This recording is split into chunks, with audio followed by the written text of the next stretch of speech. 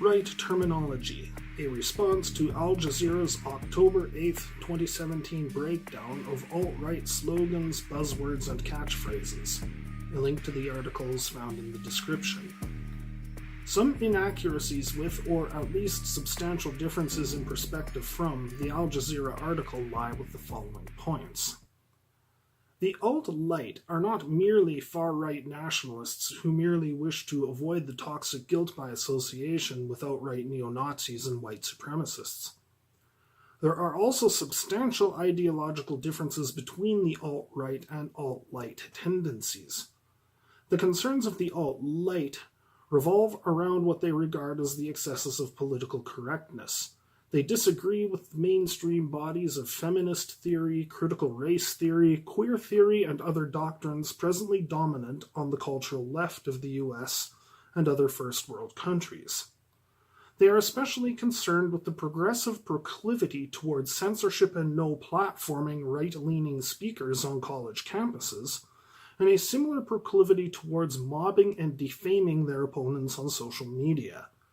The alt-light are concerned with what they perceive to be an ideological infiltration of progressives into many areas of popular culture, including comic books, video games, the film industry, so-called geek culture in general, and their use of these mediums as a bully pulpit from which to impose progressive values and ideology on a population who might not otherwise embrace them willingly. In addition, they have grave concerns about the impact of that mass immigration, especially from Muslim countries, is having and going to have in the future on Western culture. Agree with the alt-light or not, this is a far cry from the open fascism and racial nationalism of the hard alt-right. The alt-light is culturally libertarian, the alt-right more inclined toward stringent social controls on cultural expression.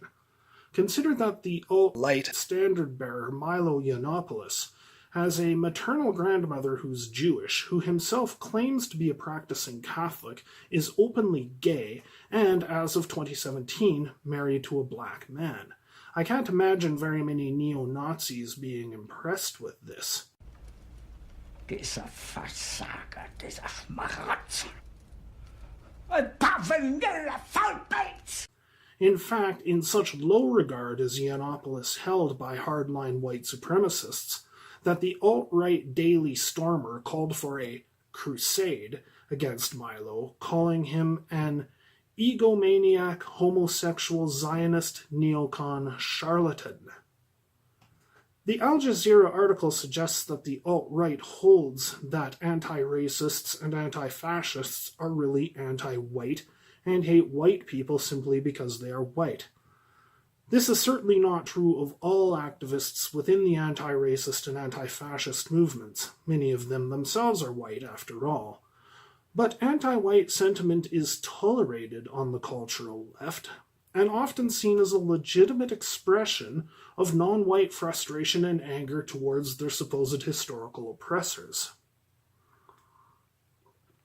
The now canonical power plus prejudice formulation, which holds that minorities cannot be racist because racism is about power, which minorities by definition do not have, is frequently trotted out in cultural leftist circles to differentiate between non-white dislike of white people, which they regard as legitimate, and white dislike of non-whites, which they regard as oppressive.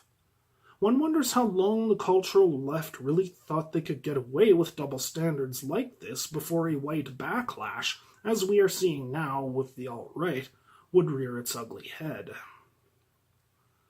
Cultural Marxism is not merely a conspiracy theory, though it is often presented as such by the paleoconservative and alt-right thinkers who espouse it, especially when the anti-Semitic element of it is brought to the fore. But there was a body of thinkers, some of whom were attached to the German Frankfurt School, who really believed that Western culture and civilization, as exemplified by the Christian faith, patriotism among citizens of Western nations, and a cohesive heterosexual two-parent family structure, needed to be undermined in order to enable the development of a class consciousness among the working classes as a necessary prelude to a socialist revolution. See, as one example, Antonio Gramsci's theory of cultural hegemony.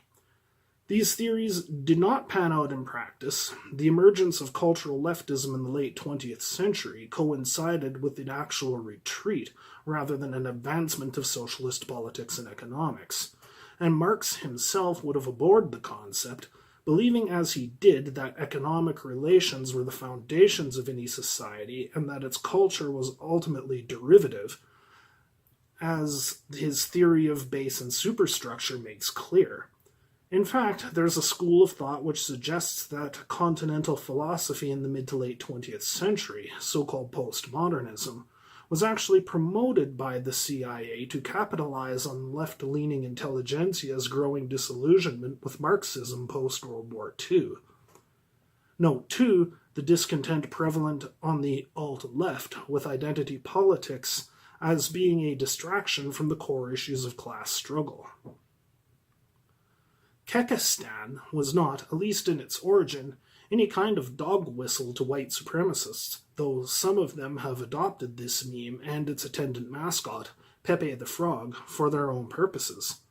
According to KnowYourMeme.com, Kekistan was begun as a tongue-in-cheek ethnic origin for irreverent Chan culture, and became more widely circulated due to the influence of popular liberal YouTuber Sargon of Akkad, who intended the meme to be a satire of identity politics, of which he is a critic in both its left and right-leaning forms. The actual mythology of the ancient Egyptian frog deity Kek and its supposed influence on modern politics, particularly Donald Trump's successful 2016 presidential bid, is complex, and I won't go into it here, though I've posted links in the description to relevant articles and videos if this is a rabbit hole you really want to go down. Pepe the Frog was certainly not created with the intent of being a far-right icon. His creator, Matt Fury, deeply resents his use in this manner, and Pepe is also used by other dissident political factions online, including the far left and the alt-left. Virtue signal, the act of publicly proclaiming one's opinions or feelings in order to appear morally superior publicly, is not merely an alt-right attack on progressivism. The cultural left themselves use the term performative allyship to describe a similar concept. It is far older than the current social media culture wars. A 1970 essay by American novelist Tom Wolfe entitled Radical Chic, That Party at Lenny's, was about the adaptation of radical left causes by celebrities in high society, as such politics were seen as cool, hip, and fashionable, the old current way to be seen in moneyed, name-conscious society. Since then, terms like limousine liberal, champagne socialist, and others are used as pejoratives for well-off and connected people to display a superficial allegiance to progressive causes for the sake of their image. One need not be well-off or famous in order to do this. We Was Kings is not primarily about mocking the achievements of black people per se. Rather, it is a mockery of Afrocentrist mythology that black societies in ancient Africa achieved a much higher level of civilization than they are given credit for due to racist reasons. It should be noted that the Thule Society and other Volkic movements advanced a similar kind of mythology vis-a-vis blonde-haired, blue-eyed Aryans, and this mythology underlie a lot of Nazi and white supremacist ideology. Within the very blood in our veins as children of the sun lies the potential for greatness. That is the great struggle we are called to. None of this is to say that the alt-right is a good development in the Western body politic. It is not. Its rank anti-Semitism, conspiracism, and flirtation with, if not outright embrace, of fascism, Nazism, and white supremacy are rightly troubling to observers across the political spectrum. But the progressive response is likewise troubling for many, and is likely to do more harm than good in the long run. The Al Jazeera article cites, as one of its sources, the Southern Poverty Law Center. Yes, the same who recently listed liberal-minded activists such as Majid Nawaz and Ayaan Hirsi Ali as Islamophobes.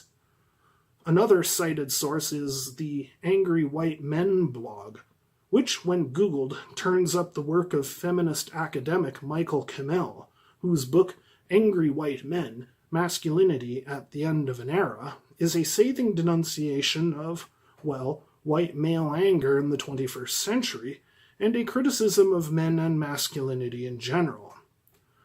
While it is counterproductive for displaced white men to blame whatever frustrations they have entirely on women and minorities, it is likewise counterproductive to brush aside all white male anger as mere expressions of bigotry over a supposed loss of privilege vis-a-vis women and people of color. There's been widespread harm suffered by working classes everywhere, and the losses that working-class white males have sustained, especially since the Lehman Brothers meltdown, but attributable to economic globalization more generally, have not been to the benefit of poor women of color either. Kimmel and other connected and well-off progressives like him, who scapegoat working-class white males, play a different variation of the same game that conservatives play when they scapegoat the historical gains made by women and minorities as the cause of white male decline. Both of these lines of thought are conservative and reactionary in a world where authoritarian corporate power becomes increasingly entrenched and economic inequality continually widens. An effective response to the alt-right is not going to be a doubling down on cultural regressive left narratives of white male power and privilege. This tactic is really about obscuring the very real privilege enjoyed by the cultural left. Hegemony in academia, heavily favorable media bias, access to policy-making elites, capacity to effectively censor and blacklist their ideological critics, to revel in the rejection and humiliation of whites and males as expressions of feminist power, and an overarching lack of accountability for the inaccuracies of their views and their abuses of power, all of which are masked behind a veneer of social justice and obscured by claims that they are advancing the interests of marginalized peoples. All that this serves to do is legitimize the narratives of the alt-right and cause them to gain support and grow apace. I often find myself wondering, after reading yet another Al Jazeera, Salon, HuffPost, Guardian, or CNN article decrying the evils of the growing alt-right, wondering exactly what they thought was going to happen after they proclaimed the toxicity of and glorifying in the obsolescence of the white male and the culture he identifies with. Truth be told, it's much more the smugness of the Western political class that these misguided populists are truly angry at. Immigrants and minorities are merely an easy and convenient target. Shit rolls downhill, after all. The self-absorbed blindness of the cultural left is so incomprehensible, I can't help but wonder if it isn't intentional. The truth is that the interests of the marginalized cannot meaningfully be addressed without breaching the realms of political economy. This means the curtailing of the influence of money in politics, as exemplified by the Citizens United Supreme Court decision, and the limitless influence that the military-industrial complex and deep state structures have on policy-making. This means addressing the ever-worsening economic powerlessness and stagnation suffered by all but a very wealthy few. The truly privileged in a globalist economy that was sharply criticized by organized labor long before globalism became a punching bag for the alt-right. What is needed is not for the progressives to embrace globalism in response to the alt-right's conspiratorial critique of it, but rather for the progressives to embrace organized labor's much more substantial critique of globalism enacted by and for politically powerful corporate interests who are accountable to no one. The atmosphere of moral panic that attends the progressive media and academic establishment's response to the alt-right and populist nationalism will not curtail these movements. The days of the neoliberal establishment's monopolization of the narrative are numbered, and if liberal ideas are to survive, progressives must embrace the populist wave rather than take the place of the old conservatives standing athwart history yelling, "Stop." This means that the only antidote to the populist right is the populist left, and replacing anger at blacks and Jews with anger at policymakers who kowtow to corporate interests, and likewise replacing black resentment towards all white people with resentment towards policymakers who kowtow to corporate interests. This should not entail a violent overthrow of capitalism, but rather a return to the basic kind of polity that we've seen work well in the past.